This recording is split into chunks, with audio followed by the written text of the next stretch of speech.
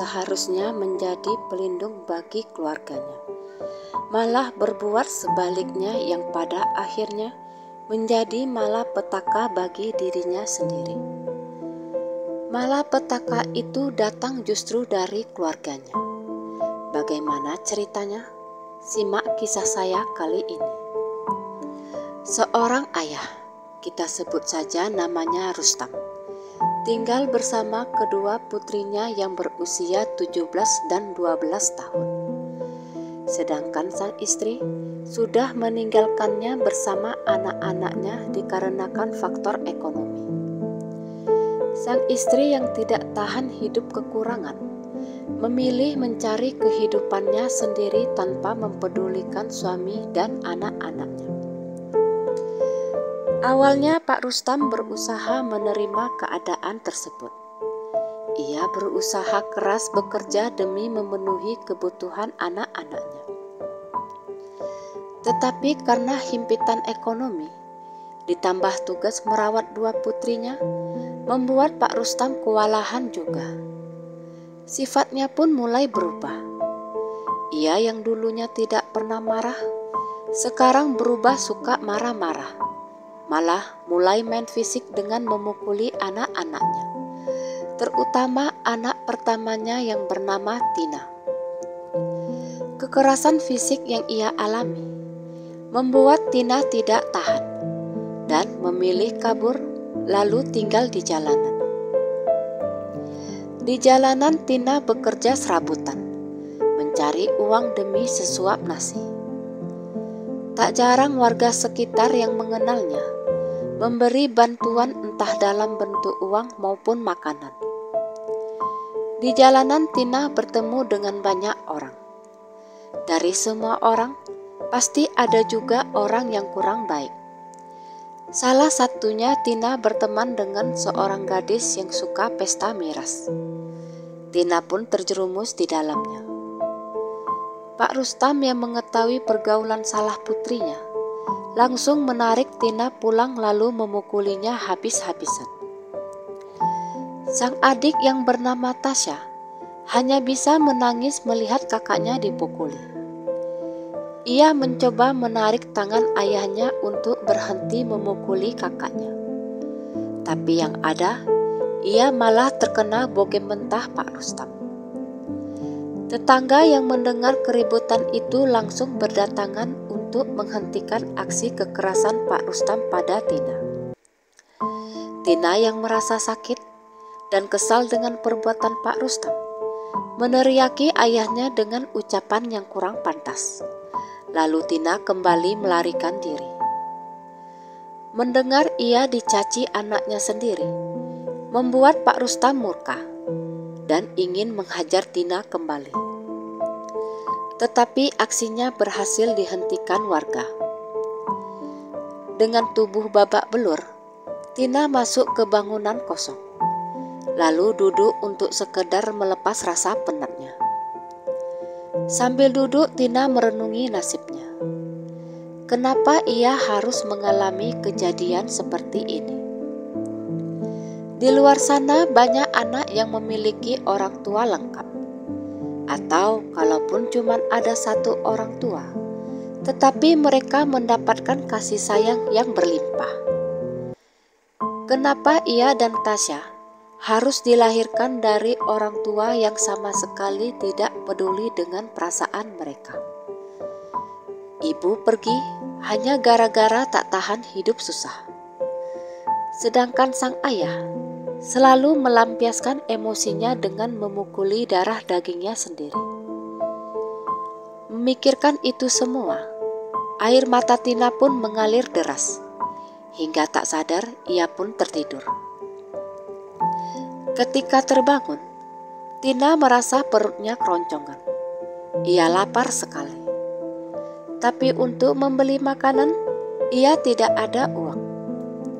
Tidak ada jalan lain. Tina sembunyi-sembunyi mendatangi rumahnya.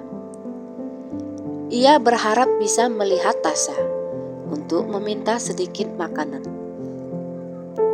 Harapannya terkabul. Ia melihat Tasya ada di depan rumah sedang menyapu teras.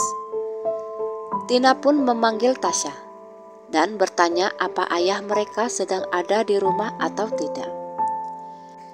Ternyata Pak Rustam tidak ada di rumah.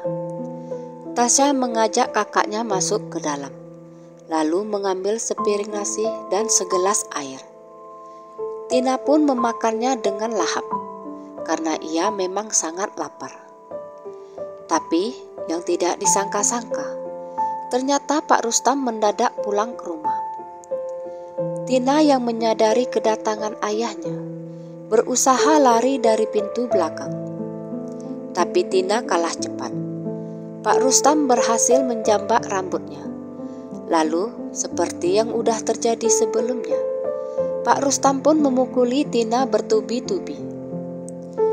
Tasya menjerit histeris. Ia berusaha menolong kakaknya. Tapi Pak Rustam seperti kesetanan. Ia tidak berhenti memukuli Tina. Tasya kehabisan akal, hingga ia pun meraih pisau dapur, lalu menghunjamkannya ke punggung ayahnya sendiri. Pak Rustam terkejut melihat tindakan putri bungsunya tersebut. Ia mencoba merebut benda itu dari tangan Tasya. Tapi Tina tidak ingin adiknya jadi korban juga. Dengan menahan sakit di badannya, Tina bangkit, merebut sajam dari tangan Tasya, lalu menancapkannya berkali-kali ke tubuh Pak Rustam, hingga ia pun tersungkur di lantai. Kejadian itu membuat warga berdatangan, dan mereka terkejut melihat dapur yang dipenuhi cairan merah milik Pak Rustam. Warga melaporkan kejadian itu pada pihak kepolisian.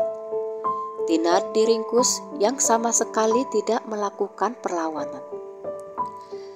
Pak Rustam dilarikan ke rumah sakit, tetapi karena mengalami pendarahan hebat, ia tidak dapat bertahan hingga menghembuskan nafas terakhirnya. Di persidangan terjadi perdebatan sengit antara Tina dan Tasya. Tasya mengaku bahwa ialah yang pertama kali melakukan penusukan pada ayahnya sendiri.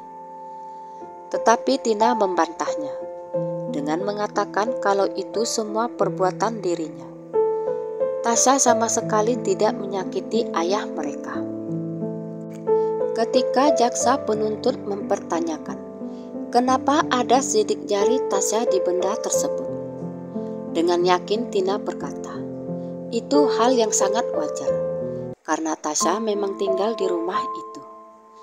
Bisa jadi sebelum Tina memakainya untuk menghabisi Pak Rustam, Tasya terlebih dahulu memakainya untuk memotong sesuatu, seperti sayur-sayuran misalnya. Sepertinya Tina tidak ingin melibatkan adiknya di dalam kasusnya. Adiknya masih terlalu muda untuk merasakan dinginnya dinding penjara. Biarlah ia sebagai kakak yang menanggung semuanya. Para warga pun bersaksi membela Tina, di mana mereka berharap kesaksian mereka dapat meringankan hukuman Tina. Karena mereka tahu betul bagaimana kejamnya Pak Rustam memperlakukan anak-anaknya. Di akhir persidangan, Tina pun mendapat vonis 5 tahun penjara karena kejahatan yang dilakukannya tidak direncanakan dan ada upaya pembelaan diri. Sedangkan Tasya diasuh ketua RT setempat yang bersedia menerima Tasya sebagai anak angkatnya, sembari menunggu kebebasan Tina. Sekian kisah saya kali ini, sampai jumpa di kisah selanjutnya. Terima kasih sudah mendengarkan kisah saya. Jangan lupa subscribe, like, komen, dan share ke media sosial yang Anda punya.